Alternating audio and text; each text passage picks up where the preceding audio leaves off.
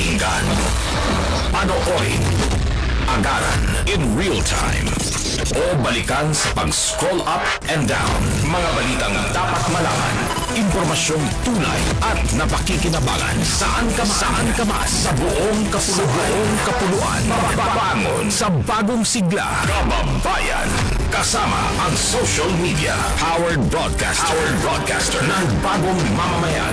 Tapat sa pag-uulat. Ito po ang Presidential Broadcast Service sa Metro Manila. Radyo Pilipinas 1, 738 AM. Ang oras, 1 minuto, makalipas ang alas 9. Ang mga latest, ang mga trending, ano na ba ang mga happening? Usap-usapan, siksik sa kwentuhang magaan at masiglang talakayan ng mga paksang siguradong inyong kawiwilihan. Bawat usapin, makabuluhan. Kaya people of all ages, kasali kayo sa Usap-usapan. Kasama si Ben Blones sa Radyo Pilipinas 738 AM at Radyo Pilipinas World Service.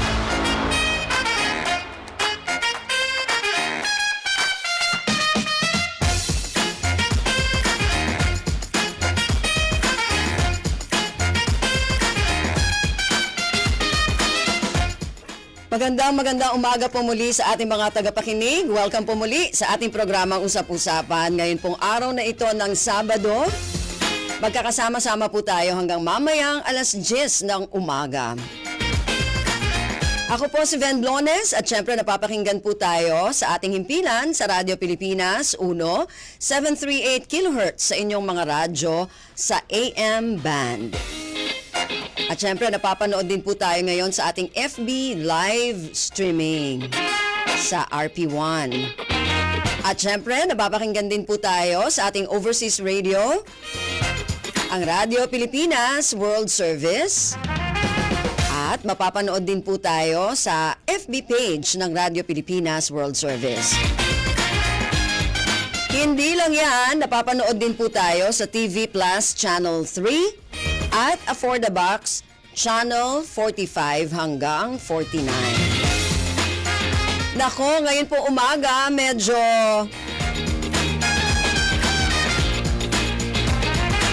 dalawa sa mga sineselebrate ngayong buwan na ito ang ating pag-uusapan. Kagabi, medyo nagigising tayo sa malalakas na putukan. Dahil po sa pagsalubong ng ating mga Filipino-Chinese na mga kababayan sa pagsalubong sa Chinese New Year. At syempre, maraming katanungan si Erwin sa kanyang kapalaran.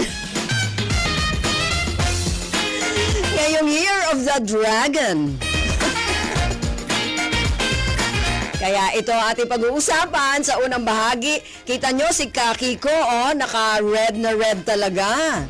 Talagang red na red ang pagsalubong niya sa Chinese New Year. Anyway, hindi ba tayo via Zoom? Phone patch lang talaga. Okay. Ang ating suking-suki tuwing ganitong Chinese New Year, para malaman natin kung ano yung ating magiging swerte ngayong taon na ito ng Dragon o Year of the Dragon. O, di ba bati na tayo kung Hey Fat Choy? Pero alam mo yung kung Hey Fat Choy na yan, may iba-iba pa palang Erwin, Oo, iba-ibang pagpo-pronounce. Merong Mandarin, may Fukian, mga ganyan. Pero depende na lang yan sa aking pagbasa, basta kung Hey Fat Choy siya. Okay, nasa linya na natin ngayon ang isang magaling na feng shui expert. Ayan, at sasabihin na niya sa atin kung ano ang magiging kapalaran ngayong Year of the Dragon sa pangkalahatan at syempre sa inyong mga personal na kapalaran. Nasa linya natin si Miss Ara Manalili. Ara, maganda umaga. Magandang umaga, Kong Hey Fat Choy! Ayan, Kong Hey Fat Choy. Oo. So, nako Ara, unang-una, syempre gusto natin pangkalahatan muna.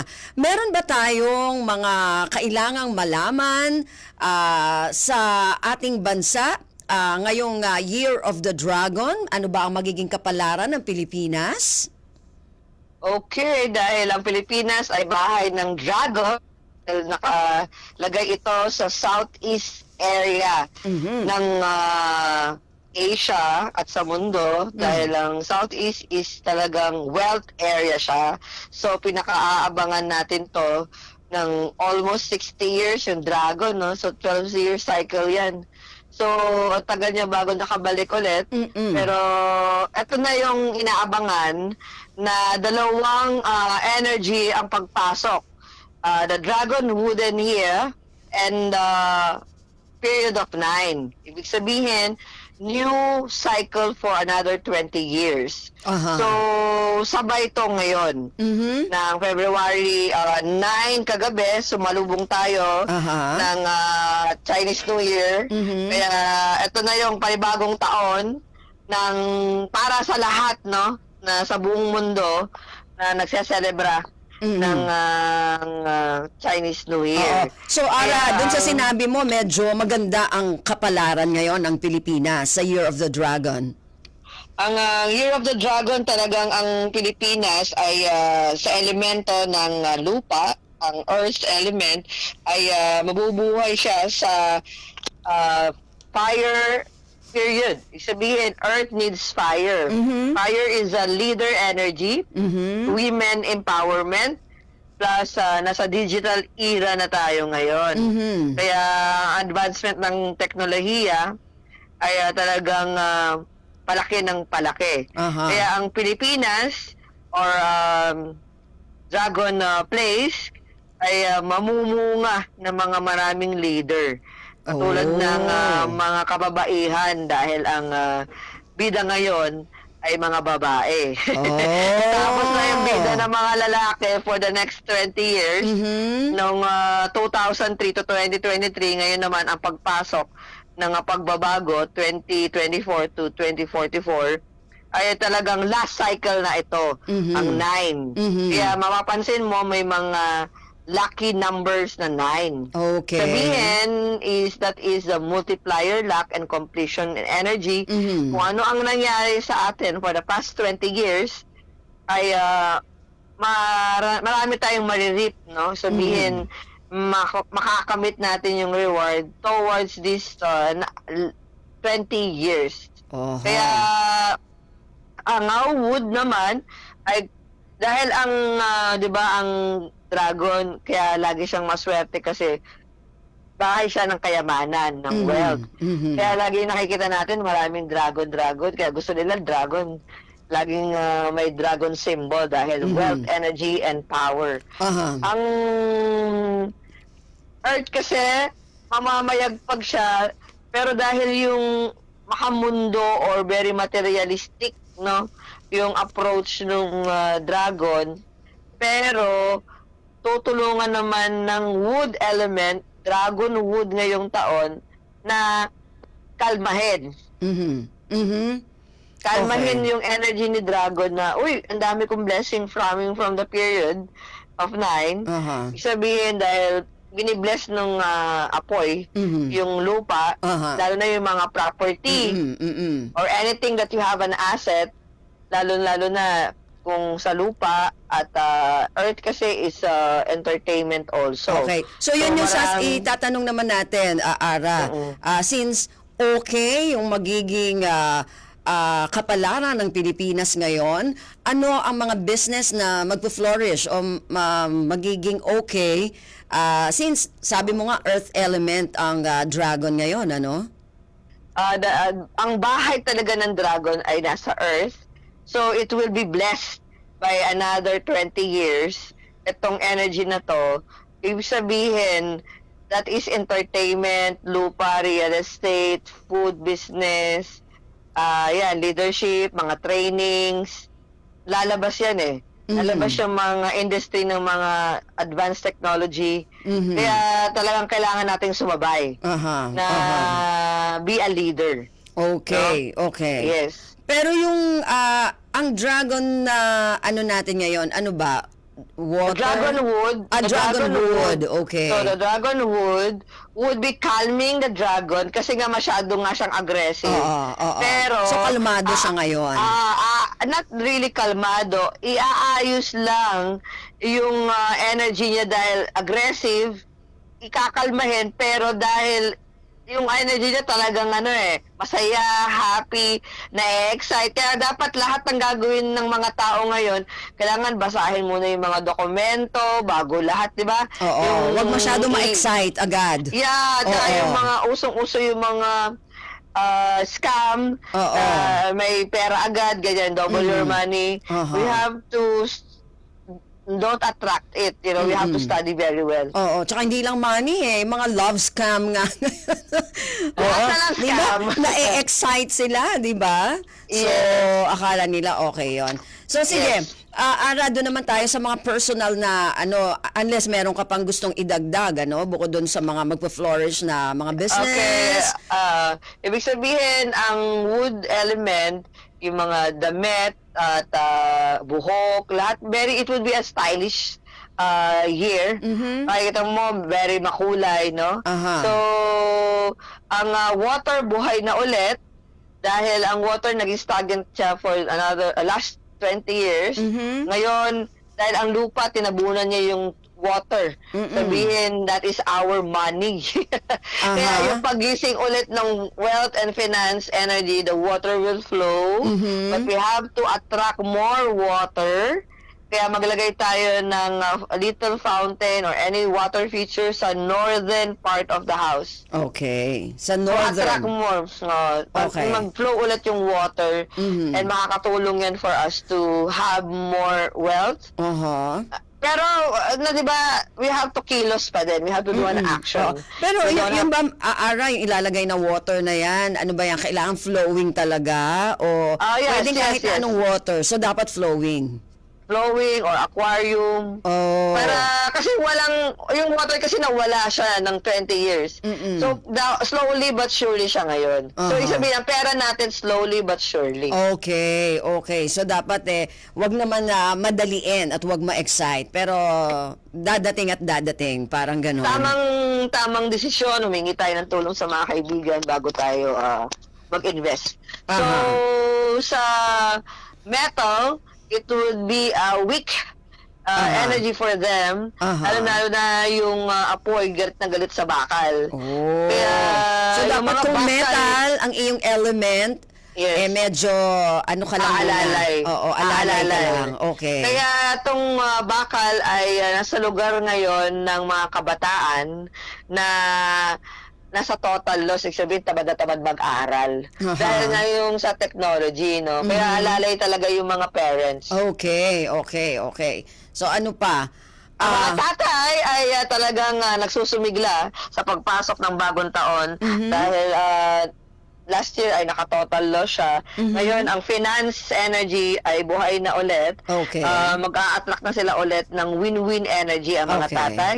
Ang mga nanay naman ay naka-heaven's luck. Kaya mga tatay, wag awayin ng mga nanay. Mga tatay nakakonect. Nakakonect yung kanilang luck sa mga nanay. Kaya, Yan. huwag niyong aawayin ang mga nanay ngayon. Yes, alam niyo na yan. Yung mga mamshi. Oo. Yeah. Paano yung mga sisters sa family? Huwag din aawayin. Yes, kasi they have the multiplier luck. Ayun. Di ba? Mga babae brother, ngayon. huwag niyong aawayin ng mga sister. Yes. Wala So, kayong it's a magiging loving year for the next 20 years and a very high spiritual energy. Kaya yung mga tao makikita mo madasalin, love, no? Inspire. So, itama lang natin yung mga ating pag-iisip towards to love, no? Sige. Yung consciousness. Yung consciousness talaga, yung love, no? Yes. Yan ang talaga Yes. importante. Pero Ara, siguro may mga nakikinig sa atin ngayon, halimbawa itong aking kababata na si May Asis Miraflores, nakikinig sa atin ngayon. Gusto naman nilang malaman yung kanilang yung kanilang magiging kapalaran kung ano man silang year ipinanganak. Alright. Let's start with the rat. Rat year is the friend of the dragon. Sabihin, kakampi niya. Kakampi ang rat. Oo. Oo. si rat, monkey, and rooster. Okay, let's start with the rat. Rat is binigyan ngayon ni dragon ng flowing energy ng tawag dito is water siya, may flow na of energy, ibig sabihin may completion siyang tatapusin. So yung lugar natin sa norte ay makakahinga na. Ibig sabihin for the past 20 years, kaya nga 'di ba SM North makikita mo, may mga water feature. So yung finances natin dito sa taas ay medyo aariba na. Kaya yung mga rat year start investing properly. May mga completion na matatapos agad. Ay, wow. Okay. So, makukumpleto yung mga binabalak. Ano ba yung mga nasa Year of the Rat? 19, ano ba yan? 84, Okay. 84, 72. Yan. Basta plus 12, minus 12. Oo, 84, 72, o de minus Yes. 12 yung 84. Ano pa yung tama. 1997 or 1960, ganyan. Yan, okay. So, minus at plus. Yes, 12. Minus plus 12. Okay. Kasi kada 12 years gap sila eh. Okay, so 1960, 1972, 1984, yan ang Year of the Rat. Okay, so next. So, ngayon, papasok si Ox, ay talaga namang nahirapan si Ox nung last year dahil ang Tiger and Ox are under the house of burglary, robbery, cheating, legal problems. Kaya naman, heaven's luck naman. No? Wow! Heaven's luck, effortless naman. Kaya, Ayun. Miss Ben, balik-balik na. Ay, hindi ako. Hindi yata Sino? ako. Mali ata. Yung asawa ko yun. Yung asawa ko yun. Ito yun. Ang pagbabalik ng Tiger, ibig sabihin, nakahinga sila. Yung energy nila is beyond more higher energy through the blessings from heaven. Oh, so ang Sabihin. Ox at saka Tiger ay merong heaven's luck ngayon. Yes. Aba, okay, bongga pala sila ngayon, ano? Okay. Yeah, so ang Ox, Year of the Ox ay 1961, tapos 1973, 1985. Yes, 85. Okay, at minus plus ulit, 12 years, Yes. di ba? Okay, Apo. ang Tiger, 62, 62, tapos 70, or 86. 86. Okay. 74, 86. 74 pala, sorry. 74, 86. Ayan. Okay, so next. So next, si Rabbit naman ay talagang gusto na rin niya makahinga sa pagod ng health energy, di ba? Bahay kasi ng East yan, si Rabbit, Eastwood. Ngayon naman na yung kalusugan natin sa buong mundo ay naka-victory naman ngayon. Oh. Kaya mapapansin mo na, hi! Nakahinga na ng maluwag. Dahil ang dami eh. From the past 5 years na, 4 years na, during pandemic. Yes. Ang East wood, kaya wood element, sinapchap talaga ng total loss yung health energy natin. And East energy will be booming for the next 60 years. Okay. Kasi ang cycle, di ba, fire, wood, and water. Kaya ang East ay bahay ng China at bahay ng kalusugan, ay talagang magkakaroon talaga tayo ng mga massive health and wellness industry for the business. Oh, health and wellness sa business. Okay. So, ang Rabbit naman, 19 ano ba yan? 87. Okay. 87, 63 at 75. 85. Okay. Okay. So, next. Ito na, ang pagkapasok ng dragon. Dragon. Okay. Oo, sabihin, panglima siya, bakit di siya nag-number 1, no? Ang tanong, siya lang yung nag-iisang cosmic na energy. Dahil nga nasusunog yung isang village during the tinulungan niya muna yun. Kaya late siyang nakarating. Yeah. Okay. Pero at least nakahabol. Kaya mapapansin mo, di ba, 50 yung mga superpower na mga mayaman, 5. Laging may 5 sila. So, yung dahil ang power ng energy ng dragon. So, the dragon is under the category of big luck, but mainitin ng ulo. So, iiwas sa misunderstanding, yan. Kasi, akala niya okay na. So, huwag masyadong kampante. Okay. Oo. Next. Ito naman, si Snake, ay, kaibigan din ni Dragon. Aha. Ibig sabihin, kailangan niyang ayusin yung fire element niya as a leader. Ibig sabihin, ang 7765, ayan ang snake year. Sabihin, leadership kasi ang snake. Ibig sabihin ngayong taon, natunaw siya for the last 2 years. Tiger water, rabbit water. Kasi apoy si snake. Okay. Ngayon, ang pagbangon naman niya doble-doble. So may fire siya na cycle and wood element na binibigay ni Dragon, makakahinga na. Okay. So, ang mga snake ngayon, makakahinga na kayo. Medyo Yes. okay na kayo ngayon. Yes, Okay. okay yung mga wealth and love energy. Okay. Next. So, let's welcome to the horse energy dahil ayan ang bahay ng fire period. South. Okay. Sabihin yung southern area natin sa Pilipinas o sa bahay natin, may fame and recognition na may babaeng aangat dyan sa leader sa Okay. South. Okay. Next. Okay. Next is sheep.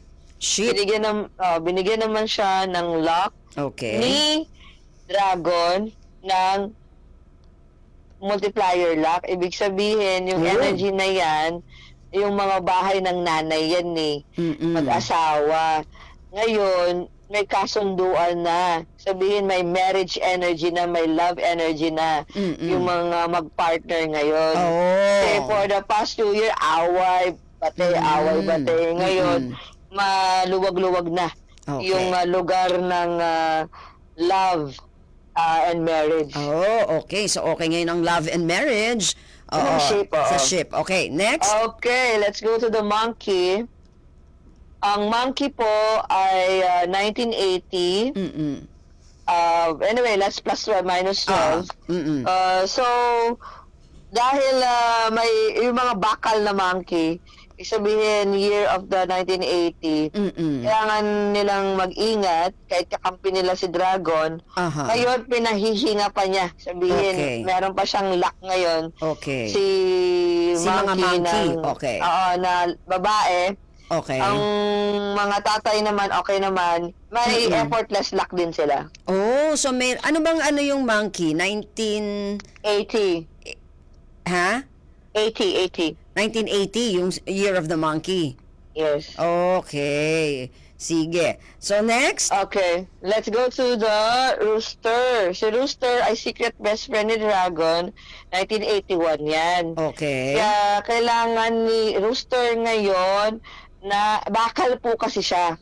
Okay, steel. Okay. Oo. Yung bakal or metal element niya, maghahalo yung luck and destructive. Sabihin, okay, kasi dragon ally, right? But dahil bakal siya, mabubuhay pa siya sa wood element ngayong taon. Pero meron ng cycle, natapos na yung cycle ng luck ni metal for the past 60 years.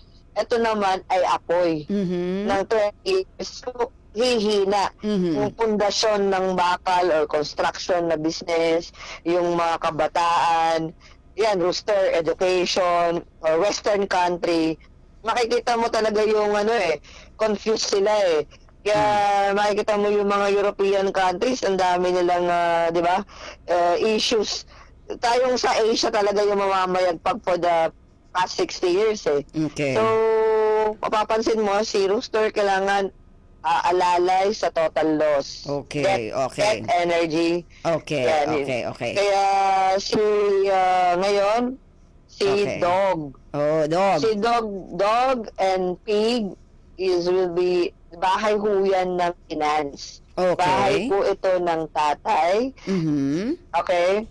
Bahay po ito ng travel. So, there would be a nice traveling year. Ang finances, ang mga boss na tatay, ay gising na, naka-win-win energy na. Minsan, ang dog and pig, they're gonna meet their romance during the travel. May will doing romance. Oy, ano yun? Para sa mga single yun, di ba? Yeah, bawal yung mga tatay. Oo.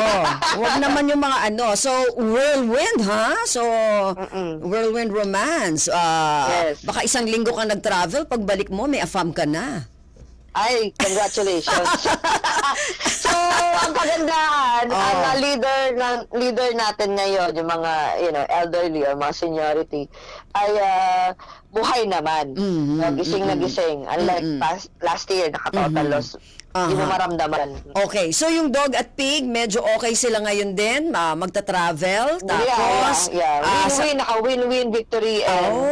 win-win. Ngayong, win-win and partnership. So, yung travel nila is also added for business trip and deal. May mga contract Ayun, deals. so magta-travel ka dahil sa mga business, di ba? Yes, Oo. yes. Pero yun na nga, ang importante, doon sa mga single, may whirlwind romance kayo na nakaantabay, ah. Ay, ano naman sila, kailangan check, magpag-may tayo, di ba? Oo, di ba? Check din, kasi baka ma-love scam. Yeah, mamaya wala ka ng kayaman. Iyak-iyak. Baka mamaya travel ka dahil sa business, mamaya wala na yung business mo. Oo. Kaya mind your own business. Oo, tama, oo. So, ayan, 12 na sila, di ba? Rat, Yes. oo, Year of the Rat, Year of the Ox, Tiger, Rabbit, Dragon, Snake, Horse, ayun pa, Sheep, Monkey, Rooster, Dog, and Pig. Ayun. Yes. Okay. So, ayan, narinig na nila yung mga, sa mga bawat, personal na year. Energy, so. Oo, nila ngayon. So, ano pa yung maidadagdag mo, Ara, bago ka namin nabitiwan? Okay, we just have to celebrate life all the time. Life is so good. It's a gift from God, and we have to give back the gift, through giving back like love, sharing, and thinking very well yung peace, yung harmony sa loob ng bahay natin. Doon muna tayo mag-umpisa. Kung nalilito kayo kung saan tayo mag-umpisa in a little way, start in our humble home, and then start with friends. And then we have to filter everything now. Kung ano yung bagahe mo, huwag mo nang dalhin yan sa pagpasok ngayong bagong taon. Okay, ayan. At Ara, dun sa mga gusto na makausap ka ng personal, kasi 'di ba may mga iba diyan talagang gusto nila personalized, 'di ba, yung ibibigay mo, 'di ba, na advice. So saan ka pwedeng matawagan, Ara? Yeah, they can contact me at FB, Zen Energy.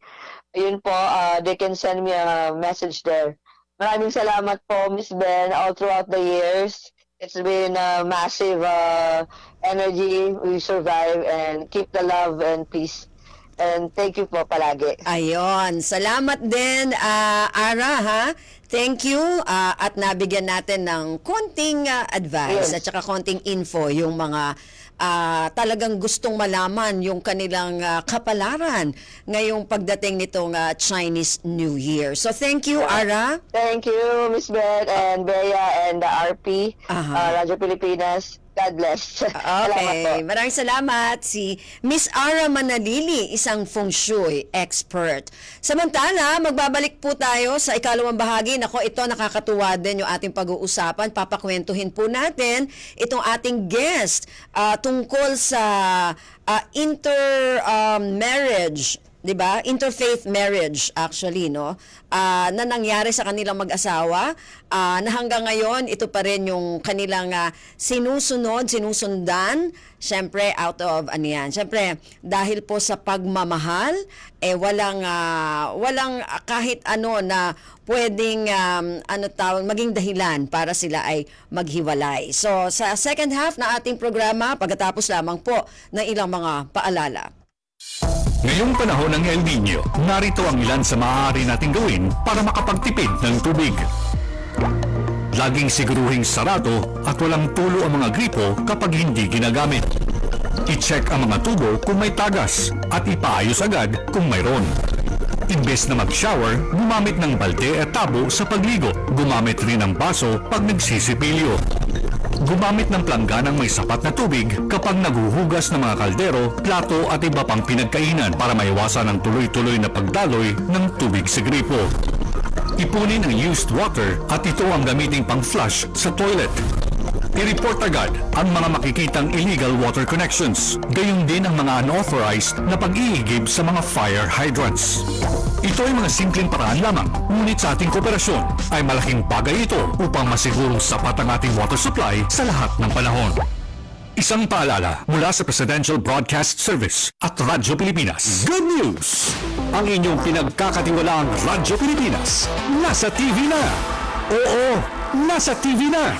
Ang Radyo Pilipinas 738 AM ay live nang mapapanood sa Channel 3 ng ABS-CBN TV Plus at Channels 45 to 49 ng GMA Affordabox. Kaya may access ka na sa balitang totoo anytime, anywhere. Sa radyo, sa social media at TV. Radyo Pilipinas 738 AM.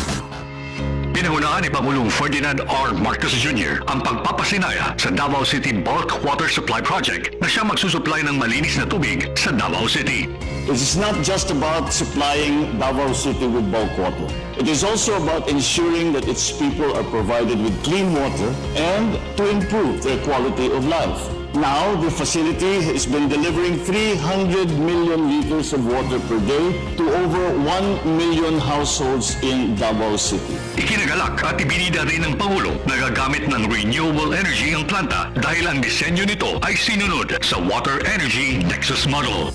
They are also producing electricity from the hydro plant which runs the plant. It enables the renewable energy through its built-in hydroelectric power, lessens reliance on our already strained electricity grid, and responds to the clamor for better environmental stewardship, more responsible management of natural resources. Para sa iba pang mga balita at impormasyon, manatiling nakatutok. Tapat sa pag-uulat, Radyo Pilipinas. Mahahalagang issue, maiinit na balita at talakaya alamin sa mas pinaganda, mas pinalawak, mas pinalakas. Radyo Pilipinas 738 sa Metro Manila. Mga kwentong nakakatuwa. Mga usaping kapupulutan ng aral. Usap-usapan. Kasama si Ven Blones sa Radyo Pilipinas 738 AM at Radyo Pilipinas World Service.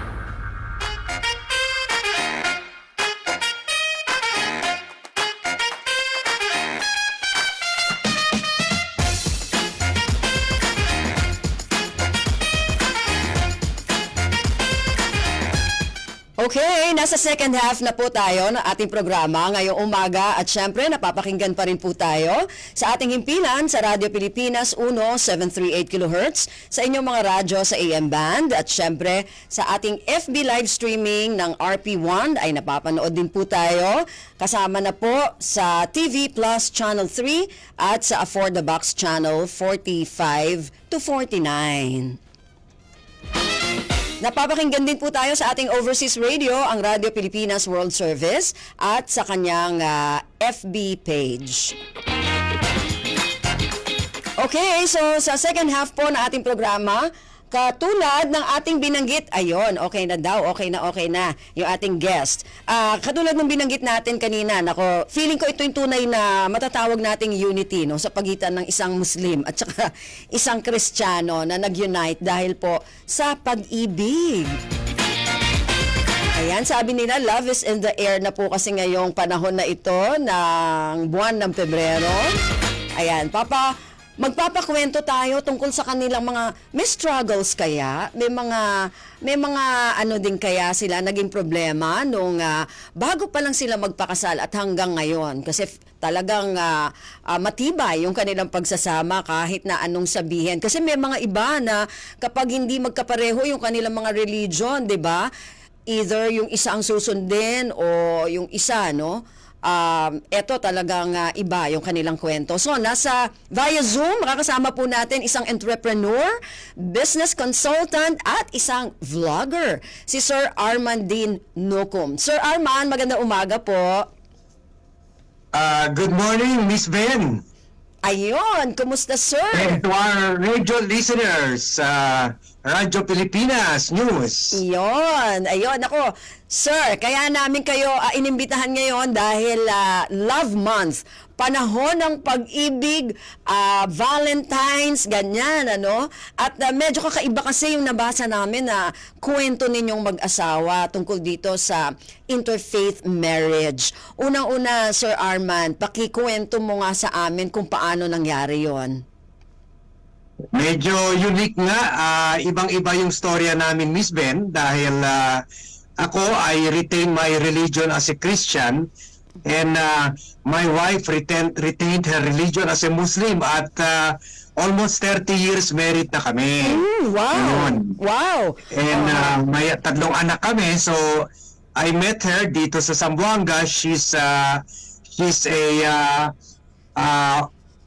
Tausug Muslim. So yung mga kon pa naman talaga Warrior! very Warrior. religious At and saka very mga warrior yun, ha? yung iba nga, mga militante pa, di ba? Mga lugar yan ni Nur Miswari. Aha. And yet love blossomed. Wow! Yun yung gusto naming malaman, Sir Arman. Paano nangyari yon? Kasi pagkakabasa ko rin, dati kang seminarista di ba? Seminarian ka before? Yes. At nakakatuwa nga kasi when dito kami sa Zamboanga, we're a mix Muslim Christian city, no? So we grew up, siyempre, sa mga laruan namin, ini-imagine namin na binabaril namin yung mga Muslim, and yung mga Muslim ganun rin. But somehow, when I grew up, marami ako nagkaroon ng kaibigan dito, at saka yung father ko, barangay captain dito, at marami siya natulungan ng mga Muslim. So, as I grew up, I look at them equal, and I respected them. Pagkatapos, marami na ako mga kaibigan ng mga Muslim. And then, when I was growing up, may teacher ako ng Muslim na napakaganda. Siguro doon nagsimula yung attraction ko sa Muslim culture, and then until I met my wife through another Muslim girlfriend ko na. Wow! Ganun ka pala kaano sa mga Muslim, ha? So from Muslim girlfriend to another. Ganun ba yun, Sir Arman? Yun na nga. Pero yun nga, Sir Arman, sabi ko kanina kasi doon sa umpisa natin, may mga mag-boyfriend, mga nasa relationship na pag hindi ka sumunod doon sa kanyang religion, break na kayo. So, di ba parang medyo masakit din sa kalooban yung ganun, di ba? Parang dahil sa relihiyon o sa isang ganitong aspeto, mawawala na yung inyong pag-iibigan. Pero, syempre, Sir Arman, katulad niyan ay Muslim, yung napangasawa mo. Of course, iba yung kultura, di ba? Hindi ka ba nahirapan, kunwari, doon pa lang sa panliligaw, di ba? Syempre, parang di ba iba yung kultura?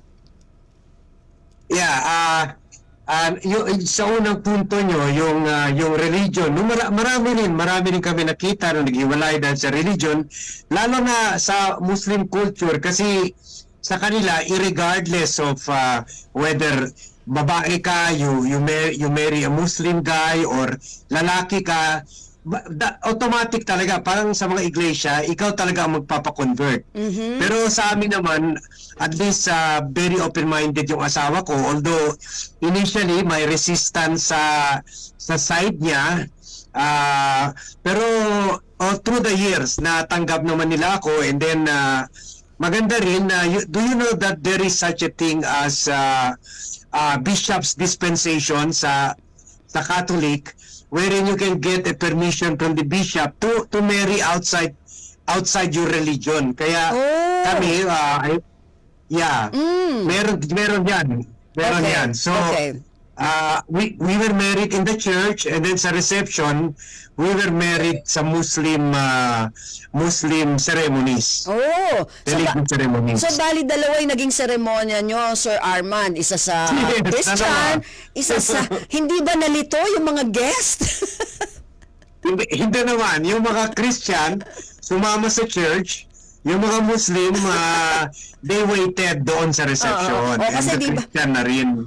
Kasi so, sama-sama naman kami. And then, yung mga ninong-ninang rin namin, mga Muslim Christian rin. Wow! Ang ganda, no?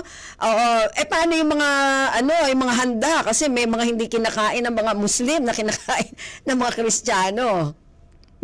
So we made it a point, siyempre wala ng lechon. kahit may mag-donate ng lechon, sinasabi na namin, kuha na lang, lechon manok na lang. O kaya kung gusto mo, baka na lang. Sa lechon baka, mas Lechon mahal, baka. ano? Oo. Mas mahal. Oo. So bukod doon sa sinasabi mo, Sir Arman, na yung bishop dispensation, may mga iba pa bang mga struggles personally at saka technically sa pagpapakasal at saka yung yun nga, no, panliligaw? Malaki kasi yung family niya talaga, in fact, sa totoo lang, yung ibang family members ng wife ko, binoykot yung wedding. Because kahit kahit pinagawa na yung mga ano pa yun, yung mga abay, yung mga ganoon, di ba? Yung mga mga entourage, wedding entourage, hindi sila sumipot. In fact, the few relatives lang at yung nanay ng asawa ko. Pero we understand kasi up to the very end, malakas talaga yung pressure nila for me to first convert into the religion. Pero I told my wife, mahirap rin yun na half-baked lang ako and then hindi ko naman maisa katuparan yung rather strict religious practices ng Muslim. So, sabi ko na lang na dito lang, sabi ko babawi na lang ako sa ibang bagay, pero dito sa bagay nito, sa religion, hindi ko talaga, I cannot do it just for the sake of the marriage. So eventually, okay naman kami. In fact, sa totoo lang, yung mga kapatid niya yung mga kapatid ko who also married Christians are now separated. Yung mga kapatid niya na who married Muslim. fellow Muslim are also separated. So yung inyong love ang nag-survive talaga, ha? Kahit magkaiba. Yeah. Oo, nako. Sir Arman, fast forward tayo. So ngayon sabi mo 30 years na kayo na magkasama, no? So paano yun? For example, after nyo ikasal, syempre, yun na nga, magkaiba kayo ng religion. Paano yun? Yung magsisimba, pupunta sa mosque, pupunta sa simbahan. Paano yung arrangement? Yung sa simbahan, usually minsan sumasama yung asawa ko, pero she doesn't pray. She's just there. Nasa labas kami pagkatapos nakaupo lang siya just to be with the whole family kasi yung children ko, they also studied in yung isa Ateneo, yung isa UP, but yung lahat sila, yung galing sa School of the Holy Spirit sa Quezon City. So, yung isa sa Lasal. So, di ba, mga religious school rin. Yes, So, oo. parang mutual respect lang. And then, yung Muslim kasi, hindi tayo allowed to go to the mosque. So, yung wife ko lang pupunta doon. And then, nag-aantay na kami sa kotse para after that, we have lunch, ganon. So, wow. mas stricto kasi sila sa atin. Pero, ang maganda dito, Miss Ben, I would like to tell you another very positive story sa amin. Because of our union and the struggles related to our union, and ako rin, medyo natatakot ako baka lalaki yung anak ko na in an environment na may mga bias against Muslim, ganon. So we put up a foundation in 201. It's called the Cristiano Islam Peace Library and it's still growing strong now. In fact, na-recognize siya ng United Nations and ng European Union. And my daughter, si Arisa, was already invited by the United Nations Human Rights Commission to address the plenary session from all over the world to tell them about our activities. Like we built libraries in Muslim Christian areas and with free computer and free Wi-Fi para yung Muslim and Christian and let's say lugar ng mga enclave ng mga community na kontrolado ng Moro Islamic Liberation Front, Moro National Liberation Front, the Abu Sayyaf, doon kami pumapasok. And then, yung library, parang neutral ground for them to study, to discuss matter, to share books, noon may books pa when we put that up in 2011. Pero ngayon mga computers na, and we also give scholars. In fact, we were already awarded by then President Rodrigo Roa Duterte and mga negosyo also, because we also have entrepreneurs, small businesses grow. So we made it into a positive what some people view parang negative, kasi sa Muslim ang tawag diyan haram eh. Haram, it's sinful. It's prohibited. So we converted it into a blessing. Oo nga, no? Ang galing. So yung mga libraries na yon, Sir Arman, saang mga lugar yon dyan sa Mindanao? Yeah, dito sa Zamboanga City, sa Davao, pagkatapos at para umabot rin yung mga lugar na may mga communist rebels, naglagay rin kami diyan sa Baras, Rizal. And then meron din kami nilagay doon sa lugar namin kasi marami rin squatter area nearby dyan sa Don Antonio Heights, Quezon City. Oh, okay. So meron dito sa Don Antonio Heights, meron sa Baras Rizal, at sa Kasi we are Mindanao. based in Manila pa rin. Meron na kami negosyo dito sa Zamboanga. Okay. So pabalik-balik lang kayo dyan sa Zamboanga, Sir Arman. Yes. Oo, pero bago kong balikan yung inyong marriage, yung pagpunta mo doon sa, sabi mo nga, nakapaglagay ka ng mga library doon sa mga lugar na nasa, kumbaga, enclave talaga ng mga matatawag natin na na yung sabi mo kanina, yung mga Moro, yung ating hindi MNLF, MILF. Oo, doon sa kanilang Abu lugar na Sayyaf. yun. Oo, paano mo nagawa yun? Ano po yun? Paano mo nagawa na makapaglagay ka ng ganyang library mismo doon sa mga lugar na yun na nandun yung MNLF? Very good MILF, question. Kasi oo. initially po, may resistance rin po. Kasi very suspicious yung mga Muslim elders, baka daw kino-convert namin yung mga anak nila.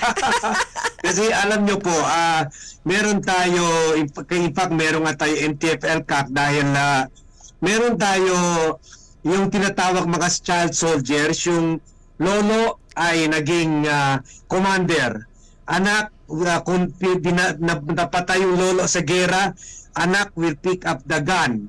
And then kung namatay rin yung anak rin niya, yung apo na ng lolo. So it goes through the generation. Kumbaga nagiging hanap buhay na. So what we did was to break that deadly chain, deadly cycle, and to impart to them na bakit ka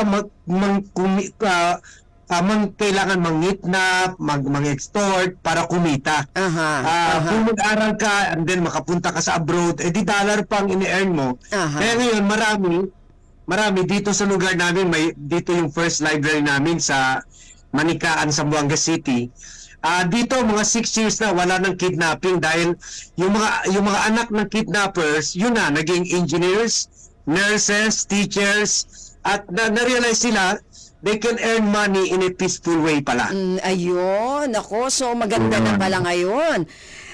Pero Sir Arman, ito, curious lang ako, yung sa mga anak mo, ano yung mga napili, sila'y namimili kung ano yung religion ang gusto nila na gawin, napuntahan. So dun sa tatlo yung anak mo, Sir Arman, di ba? So curious lang ako, ano yung mga napili nila na puntahan na religion? Yeah, interesting question. Yung eldest ko, dahil lumaki siya sa mga religious schools, ay sumama sa religion ko. Okay. And then very close rin siya sa mga lolo-lola na very religious.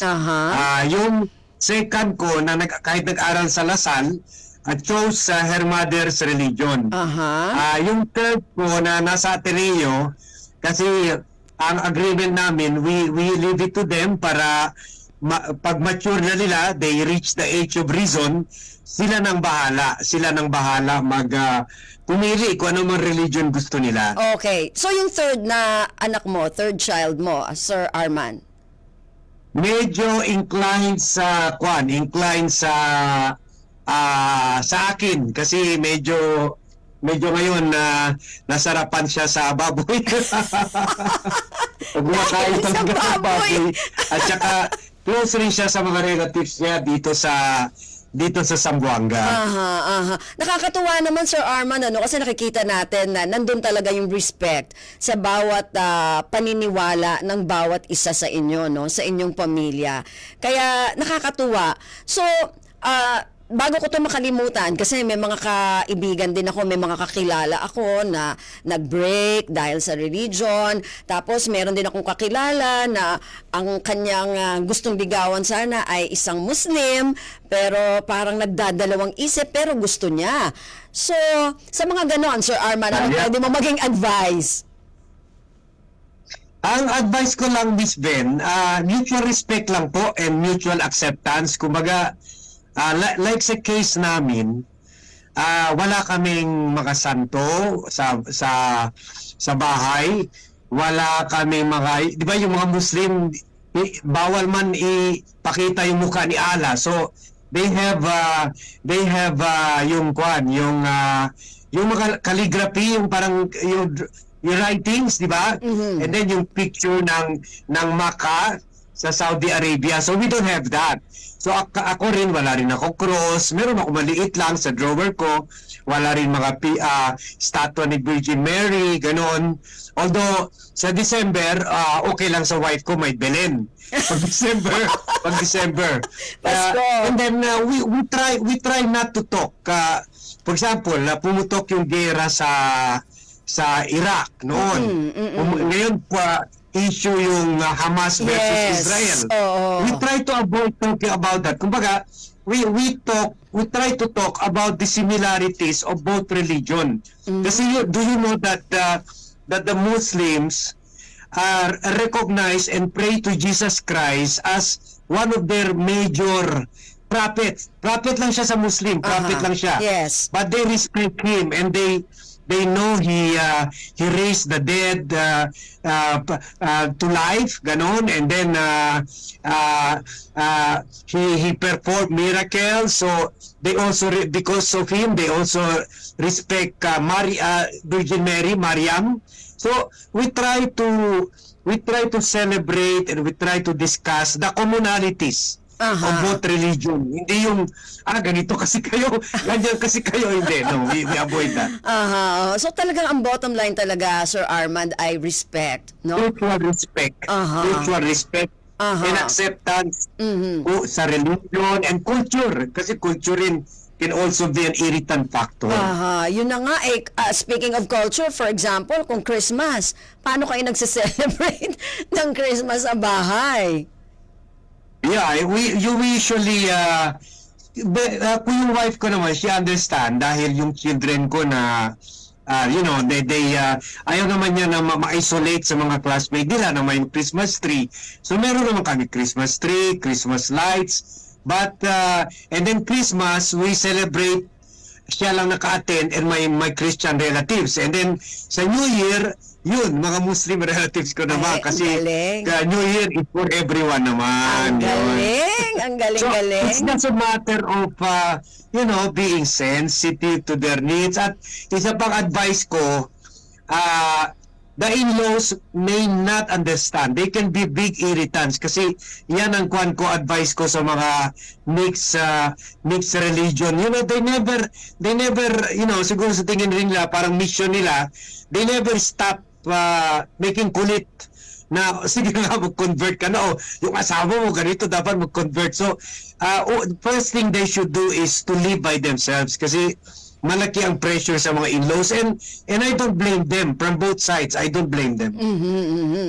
Naku, Sir Arman, napakaganda pinag-usapan natin sa loob ng 25 minutes, pero parang kulang yata yung dapat yata talaga isang oras, yung ating usapan dito. Thank you very much, Ms. Ben. Thank you very much. Maraming salamat din po, Sir Arman, sa oras nyo. Alam ko medyo nagpapahinga ka ngayong mga oras na ito, ngayong mga panahon na to. Pero sana hindi ito yung unang pagkakataon na magkausap tayo, Sir Arman. Na-enjoy po namin talaga. Of course naman, Ms. Ben. It's my pleasure also kasi parang mission rin ito ng NGO namin or ng foundation namin to promote Muslim-Christian understanding and better ties and unity. Aha. In fact, we're happy na tinutulungan rin kami ng Armed Forces of the Philippines Aha. at ng National Security Council na you were asking kanina yung how do we deal yung mga resistance sa tulong na rin ng mga elders and then the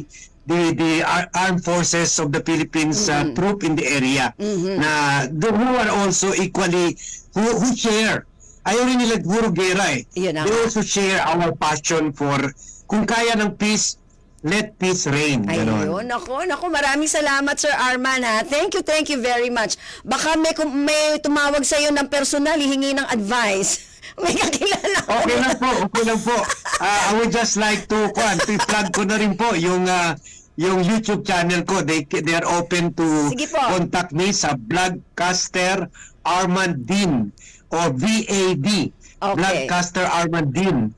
O dito po sa Zamboanga, dito po ako sa building ko sa East Zamboanga Business and Events Place sa Manikaan, Zamboanga City. Okay. They can come here. They're welcome. Thank you po, Sir Arman. Maraming salamat.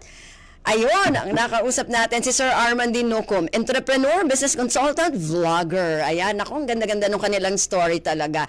Anyway, maraming salamat sa mga nakasama natin sa ating technical side kay Matet Segovia at kay Rolly Bumatayo, sa production side, kay Erwin Peñano at kay Bea Gaza. Ako po si Ven Blones, maraming salamat, maganda umaga. Antabayanan po ang ating kasama na si AJ Ignacio para sa kalipunan ng mga balita. We know you're always